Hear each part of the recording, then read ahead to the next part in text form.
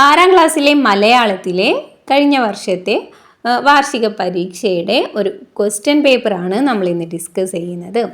പ്രവർത്തനം 1. വായിക്കാം, എഴുതാം. വിടർന്നു വരുന്ന ഒരു വാഴയുടെ കൂമ്പ് പോലെ ഞാൻ എൻ്റെ ചെറിയ കണ്ണുകൾ തുറന്ന് ചുറ്റുമുള്ള കാഴ്ചകൾ നോക്കി രസിക്കാൻ ആരംഭിച്ച കാലത്ത് ഒരു ദിവസം രാവിലെ സ്കൂളിൽ ചെന്നപ്പോൾ കേട്ടു, ഞങ്ങളുടെ ജാനമ്മ ടീച്ചർ സ്കൂളിൽ നിന്ന് പിരിഞ്ഞു പോകുന്നു. ആദ്യം ഞാനത് വിശ്വസിച്ചില്ല. എനിക്കവരെ വലിയ ഇഷ്ടമായിരുന്നു. അതുകൊണ്ട് ഞാൻ വിചാരിച്ചു അമ്മുകുട്ടി കളവ് പറഞ്ഞതായിരിക്കും. അല്ലാതെ രാജമ്മ ടീച്ചർ എവിടെയും പോവുകയില്ല. പോവുകയോ? നല്ല കഥ. എവിടേക്ക്? എന്തിന്? ഇനി അഥവാ പോവുകയാണെങ്കിൽ? അതോർത്തപ്പോൾ സങ്കടം തോന്നി. സ്നേഹം നിറഞ്ഞ ഒട്ടേറെ അനുഭവങ്ങൾ ഓർമ്മിക്കുവാനുണ്ടായിരുന്നു എനിക്ക്. ഇത് ടി പത്മനാഭൻ്റെ തിന്നുവാൻ പറ്റാത്ത ബിസ്ക്കറ്റ് എന്നതിലെ ഒരു ഭാഗമാണ് ഇവിടെ തന്നിട്ടുള്ളത് അല്ലേ. അപ്പോൾ നമ്മൾ വായിച്ചു നോക്കുക കേട്ടോ. തന്നിരിക്കുന്നത് നല്ല രീതിയിൽ വായിച്ചു നോക്കുക. എന്നിട്ട് ക്വസ്റ്റ്യൻസിൻ്റെ ഉത്തരങ്ങൾ കണ്ടുപിടിക്കാം. അപ്പോൾ ആദ്യത്തെ ക്വസ്റ്റ്യൻ എന്താ? വിടർന്നു വരുന്ന വാഴയുടെ കൂമ്പ് എന്ന പ്രയോഗം എന്തിനെ സൂചിപ്പിക്കുന്നു? ഇവിടെ ഫസ്റ്റ് വരിയിൽ തന്നെ പറയുന്നുണ്ട് അല്ലേ, വിടർന്നു വരുന്ന ഒരു വാഴയുടെ കൂമ്പ് പോലെ എന്ന്. എന്തിനെയാണ് പറഞ്ഞിട്ടുള്ളത്? കൂമ്പ് പോലെ ഞാൻ എൻ്റെ ചെറിയ കണ്ണുകൾ തുറന്നു എന്നാണ് പറയുന്നത്. അപ്പോൾ കണ്ണിനെയാണ് ഇവിടെ വിശേഷിപ്പിച്ചിട്ടുള്ളത് അല്ലേ. അപ്പോൾ ഓപ്ഷൻസ് തന്നിട്ടുണ്ട്: കണ്ണ്, പ്രഭാതം, കാഴ്ച. ഇതിലേതാ വരുന്നത്? കണ്ണാണ് ആൻസർ വരുന്നത്. ദെൻ അടുത്ത ക്വസ്റ്റ്യൻ ബി ആണ്. എനിക്കവരെ ഒരുപാട് ഇഷ്ടമായിരുന്നു. ആരെ? ഇതിൽ പറയുന്നുണ്ട് അല്ലേ, എനിക്കവരെ ഒരുപാട് ഇഷ്ടമായിരുന്നു എന്ന്. ആരെക്കുറിച്ചാണ് പറഞ്ഞിട്ടുള്ളത്? അമ്മുക്കുട്ടിയെയാണോ, ജാനമ്മ ടീച്ചറിനെയാണോ, വാഴകളെയാണോ? യെസ്, ജാനമ്മ ടീച്ചറിനെയാണ് അല്ലേ. ഇനി അടുത്തത് സി. ആദ്യം ഞാനത് വിശ്വസിച്ചില്ല. എന്താണ് അവൻ വിശ്വസിക്കാതിരുന്ന ഒരു കാര്യം? അമ്മുക്കുട്ടി വന്ന് പറഞ്ഞ ഒരു കാര്യമായിരുന്നു അല്ലേ അവൻ വിശ്വസിക്കാതിരുന്നത്. എന്തായിരുന്നു അത്? യെസ്, ഇവിടെ ഓപ്ഷൻസ് ഉണ്ട് അല്ലേ. അമ്മുക്കുട്ടി കളവ് പറഞ്ഞതാണോ, ജാനമ്മ ടീച്ചർ പിരിഞ്ഞു പോകുന്നതാണോ, ചുറ്റിനുമുള്ള കാഴ്ചകൾ കണ്ടതാണോ? ഏതാ? ജാനമ്മ ടീച്ചർ പിരിഞ്ഞു പോകുന്നു എന്ന് പറഞ്ഞതാണ് അല്ലേ. അത് അമ്മുക്കുട്ടി വന്ന് പറഞ്ഞപ്പോഴാണ് അവനത് വിശ്വസിക്കാതിരുന്നത്. ദെൻ അടുത്തത് ഡി ആണ്. അമ്മുക്കുട്ടി കളവ് പറഞ്ഞതായിരിക്കാം എന്ന് ചിന്തിക്കാൻ കാരണം എന്ത്? അമ്മുക്കുട്ടി എന്താ കളവാണ് വന്ന് പറഞ്ഞിട്ടുള്ളത് എന്നാണ് അവൻ ആദ്യം ചിന്തിച്ചിട്ടുള്ളത് അല്ലേ. അതിനുള്ള കാരണം എന്താ? ഓപ്ഷൻസ് ഉണ്ട് അല്ലേ. ജാനമ്മ ടീച്ചറിനെ ഇഷ്ടമായിരുന്നതിനാൽ, അമ്മുക്കുട്ടിയെ ഇഷ്ടമല്ലാത്തതിനാലാണോ, അല്ലെങ്കിൽ മറ്റാരും സ്നേഹിക്കാത്തതിനാലാണോ? ഏതാ വരുന്നത്? ജാനമ്മ ടീച്ചറിനെ ഇഷ്ടമായിരുന്നതിനാൽ എന്നതാണ് ആൻസർ വരുന്നത് അല്ലേ. ടീച്ചറിനെ ഒരുപാട് ഇഷ്ടമായതുകൊണ്ടാണ് ടീച്ചർ പോവുകയാണ് എന്ന് പറഞ്ഞപ്പോൾ അത് വിശ്വസിക്കാതിരുന്നത് അല്ലേ. അത് കളവാണെന്ന് ചിന്തിച്ചത്. ഇനി ലാസ്റ്റ് ക്വസ്റ്റ്യൻ. സ്നേഹം നിറഞ്ഞ ഒട്ടേറെ അനുഭവങ്ങൾ ഓർമ്മിക്കുവാനുണ്ടായിരുന്നു എനിക്ക്. അവ ഓർമ്മിച്ചപ്പോൾ ഉണ്ടായ വികാരം എന്തായിരുന്നു? സന്തോഷമായിരുന്നോ, കാരുണ്യമായിരുന്നോ, സങ്കടമായിരുന്നോ? സങ്കടമായിരുന്നു അല്ലേ. ടീച്ചർ തിരിച്ചു പോവുകയാണ് എന്ന് ആലോചിച്ചപ്പോൾ അവൻ എന്ത് ഫീലാണ് വന്നിട്ടുണ്ടായിരുന്നത്? സങ്കടമാണ് വന്നിട്ടുണ്ടായിരുന്നത്. ഇനി അടുത്ത പ്രവർത്തനം 2 ആണ്. ആസ്വാദനക്കുറിപ്പ് തയ്യാറാക്കുക. ഇവിടെ ഒരു കവിത തന്നിട്ടുണ്ട് അല്ലേ. വായിച്ചു നോക്കാം. അറിയാനുള്ളത്.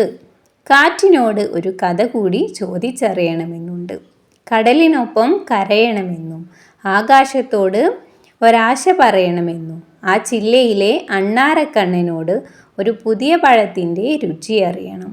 സ്ഫടികപാത്രത്തിലെ പരൽമീനുകളോട് പുഴയുടെ സ്വപ്നമറിയണം.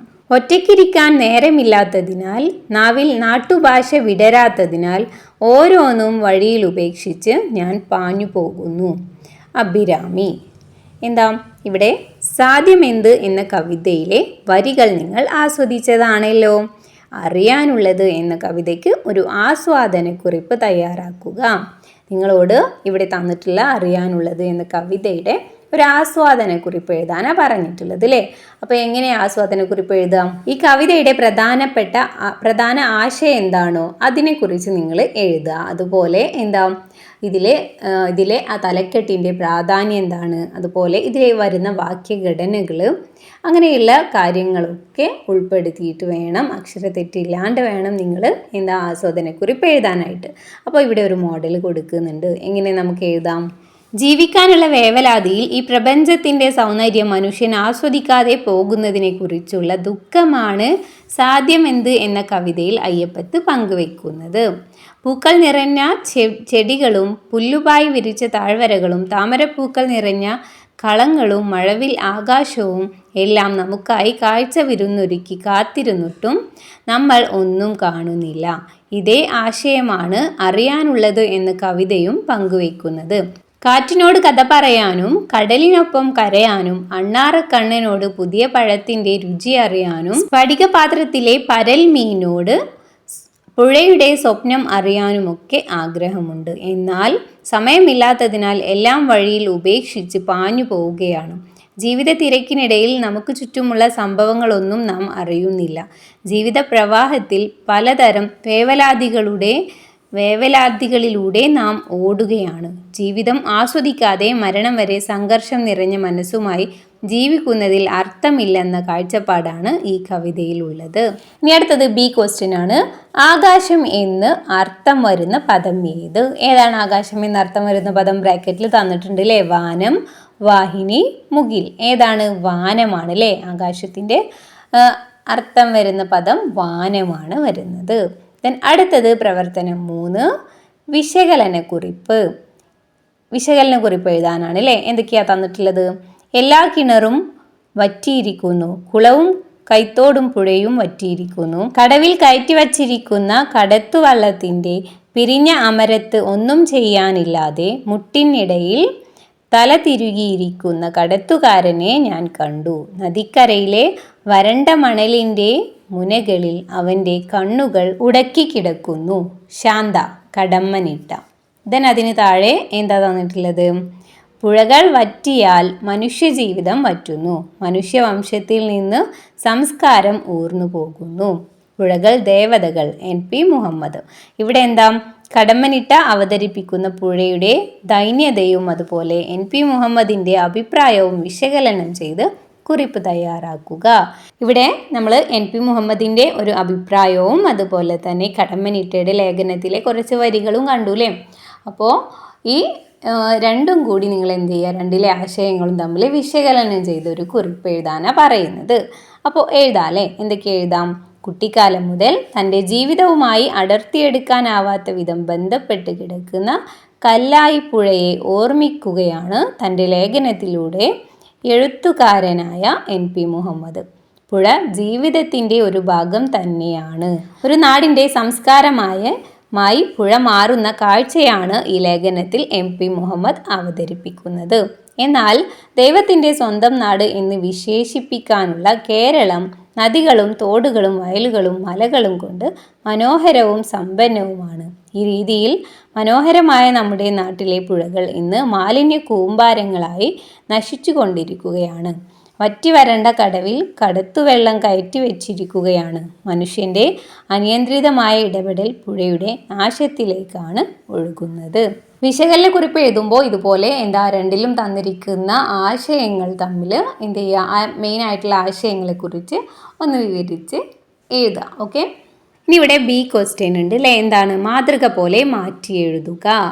അവിടെ തന്നിട്ടുണ്ട് അല്ലേ. മര പ്ലസ് പലക. അതെന്താണ്? മരപ്പലകയാണ് അല്ലേ. അതിനെ പിരിച്ചെഴുതിയിട്ടുള്ളതാണത്. അടുത്തത് വെള്ളപ്പരപ്പാണ് തന്നിട്ടുള്ളത്. അതിനെ നമുക്ക് എങ്ങനെ എഴുതാം? വെള്ള പ്ലസ് പരപ്പ്. ഇനി പ്രവർത്തനം 4, ഉപന്യാസം എഴുതാനാണ് അല്ലേ.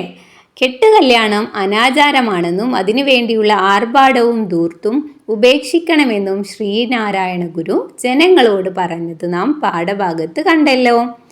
ഇന്നത്തെ കാലത്ത് നമ്മുടെ നാട്ടിൽ നടക്കുന്ന വിവാഹാഘോഷങ്ങളിൽ സ്ത്രീധനം ഉൾപ്പെടെ അനാവശ്യമായ ആർഭാടവും ധൂർത്തും അതുമൂലമുണ്ടാകുന്ന ദുരന്തങ്ങളും നാം കാണുകയും കേൾക്കുകയും ചെയ്യുന്നുണ്ട്. ഇനി എന്താണ് പ്രവർത്തനം വരുന്നത്? വിവാഹാഘോഷങ്ങളിലെ അനാവശ്യ ആഡംബരം എന്ന വിഷയത്തിൽ ഉപന്യാസം തയ്യാറാക്കാനാണ് പറഞ്ഞിട്ടുള്ളത് അല്ലേ. അപ്പോൾ ഇവിടെ നിങ്ങൾക്ക് അറിയുന്ന രീതിയിൽ എഴുതാട്ടോ.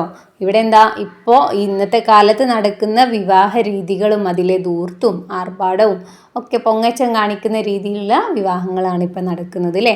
അപ്പോൾ അതിനെക്കുറിച്ച് നിങ്ങൾക്ക് അറിയുന്ന രീതിയിൽ നിങ്ങൾ എന്ത് ചെയ്യാം? ഒരു ഉപന്യാസമാക്കിയിട്ട് എഴുതി കൊടുക്കാം. ഇവിടെ ജസ്റ്റ് ഒരു മോഡൽ കൊടുക്കുന്നുണ്ട്. ഇന്ന് ധൂർത്തിൻ്റെ പര്യായമായി മാറിയിരിക്കുന്നു വിവാഹങ്ങൾ. വിവാഹ നടത്തിപ്പുകാരുടെ സാമ്പത്തികോന്നതിയും പത്രാസും പ്രകടിപ്പിക്കാനുള്ള അവസരമായാണ് ഇതിനെ ഉപയോഗപ്പെടുത്തുന്നത്. ക്ഷണക്കത്തിൽ തുടങ്ങുന്നു ധൂർത്തിന്റെ അതിപ്രസരം. വിവാഹത്തിന്റെ തീയതിയും സ്ഥലവും ഓർമ്മപ്പെടുത്താനുള്ള ഉപാധി എന്നതിലുപരി വിലയേറിയ ആഡംബര വസ്തുവാണിന്നത്തെ ക്ഷണക്കത്തുകൾ. വരന്റെയും വധുവിന്റെയും വസ്ത്രം, പന്തൽ, ഭക്ഷണം, വിവാഹാനന്തര സൽക്കാരങ്ങൾ തുടങ്ങിയവയ്ക്കെല്ലാം കോടികളാണ് സമ്പന്നരുടെ വിവാഹങ്ങളിൽ ചിലവഴിക്കുന്നത്. ഈ അത്യാർഭാടവും ധൂർത്തും സമ്പന്നന്റെ ഈ ധാരാളിത്തം സാധാരണക്കാരനും അനുകരിക്കാൻ ശ്രമിക്കുകയും ഒടുവിൽ കടത്തിൽ മുങ്ങിത്താണ് ജീവിതം തകരുകയും ചെയ്യുന്നുവെന്നതാണിതിൻ്റെ ദുരന്തപൂർണമായ മറ്റൊരു വശം. വിവാഹധൂർത്ത് മൂലം കടക്കെണിയിലാകുന്ന കുടുംബങ്ങളുടെ എണ്ണം പെരുകുകയും വലിയൊരു സാമൂഹിക വിപത്തായി മാറുകയും ചെയ്യുന്നു. ജനപ്രതിനിധികളുടെയും മതസാമൂഹിക നേതാക്കളുടെയും കൂട്ടായ ചർച്ചകളിലൂടെ ഇതിനൊരു പ്രായോഗിക പരിഹാരം അനിവാര്യമാണ്. അപ്പോൾ ഇതുപോലെ നിങ്ങൾ എഴുതുക. ഇതിൽ നിങ്ങൾക്ക് ഇപ്പോഴത്തെ സ്ത്രീധനം അതുമൂലം ഉണ്ടാകുന്ന ഒരുപാട് ആത്മഹത്യകൾ, അങ്ങനെയുള്ള ഒരുപാട് ദുരന്തങ്ങൾ നടക്കുന്നുണ്ടല്ലോ, അതിനെക്കുറിച്ചൊക്കെ നിങ്ങൾക്ക് എഴുതി ചേർക്കാവുന്നത്. ഇനി അടുത്ത പ്രവർത്തനം 5 വർണ്ണനയാണ് അല്ലേ. സന്ധ്യയ്ക്ക് ആകാശത്ത് മേഘങ്ങൾ പല ചിത്രങ്ങൾ വരയ്ക്കുന്നു. പക്ഷികൾ കൂട്ടിലേക്ക് മടങ്ങണമെന്നു മോഹിച്ചിട്ടും പറന്നു മതിയാകാതെ പിന്നെയും ചുറ്റിപ്പറ്റുന്നു. കളിച്ചു മതിയാകാത്ത കുട്ടികളെ പോലെ ഇനി നിങ്ങൾ പോകൂ, ഇരുട്ടാകുന്നു എന്ന് കടൽ ഓർമ്മിപ്പിക്കുന്നു. എന്നിട്ടും ജനക്കൂട്ടം കടൽക്കരയിൽ തന്നെ തുടരുന്നു. സന്ധ്യാനേരത്തെ കടൽ തീരത്തെക്കുറിച്ചുള്ള ഒരു വർണ്ണനയാണ് ഇതിലെ. ഇനി ഇതുപോലെ ഒരു വർണ്ണന എഴുതാനാണ് നിങ്ങളോടും പറയുന്നത്. എന്തിനെ കുറിച്ചാണ് നോക്കാല്ലേ. ഇരുവശവും നിറയെ പൂത്തുലഞ്ഞ മരങ്ങളുള്ള ഒരു നാട്ടിടവഴിയുടെ പ്രഭാത കാഴ്ചയെക്കുറിച്ചുള്ള വർണ്ണനയാണ് എഴുതാനായിട്ട് പറഞ്ഞിട്ടുള്ളത്. അപ്പോൾ എങ്ങനെ എഴുതാം? പാതയ്ക്കിരുവശവും കാട്ടുപൂക്കളും വള്ളികളും പടർന്നു നിൽക്കുന്നു. അവയ്ക്ക് അതിശയിപ്പിക്കുന്ന വർണ്ണങ്ങളും ഇലയ്ക്കും തണ്ടിനും പഴത്തിനും വർണ്ണാഭമായ നിറങ്ങൾ വാരി വിതറിയിരിക്കുന്നു.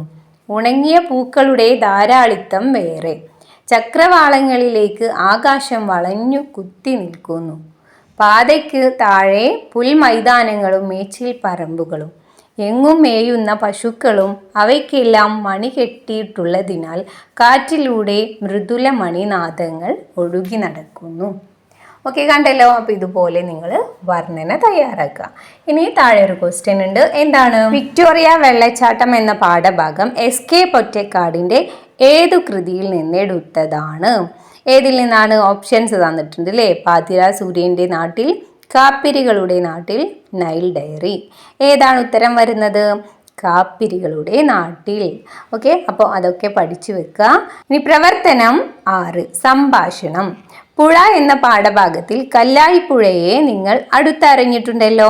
സ്കൂളിൽ നിന്നും പഠനയാത്ര പോയപ്പോൾ നിങ്ങൾ കല്ലായിപ്പുഴയോട് കിന്നാരം പറഞ്ഞു. പുഴ തിരിച്ചും നിങ്ങൾ പല വിശേഷങ്ങൾ കൈമാറി. നിങ്ങൾ തമ്മിൽ നടന്നേക്കാവുന്ന സംഭാഷണം സങ്കല്പിച്ചെഴുതാനാണ് പറഞ്ഞിട്ടുള്ളത് അല്ലേ. കുറഞ്ഞത് 5 സംഭാഷണങ്ങളെങ്കിലും വേണമെന്നാണ് പറയുന്നത്. അപ്പോൾ എന്ത് ചെയ്യുക? നിങ്ങളും കല്ലായിപ്പുഴയും തമ്മിൽ സംസാരിച്ചിട്ടുള്ള കാര്യങ്ങൾ എന്തൊക്കെയാണെന്ന് നിങ്ങൾ ഊഹിച്ചെഴുതുക. ഓക്കെ, അപ്പോൾ ഇത്രയേ ഉള്ളൂ ക്വസ്റ്റ്യൻസ്.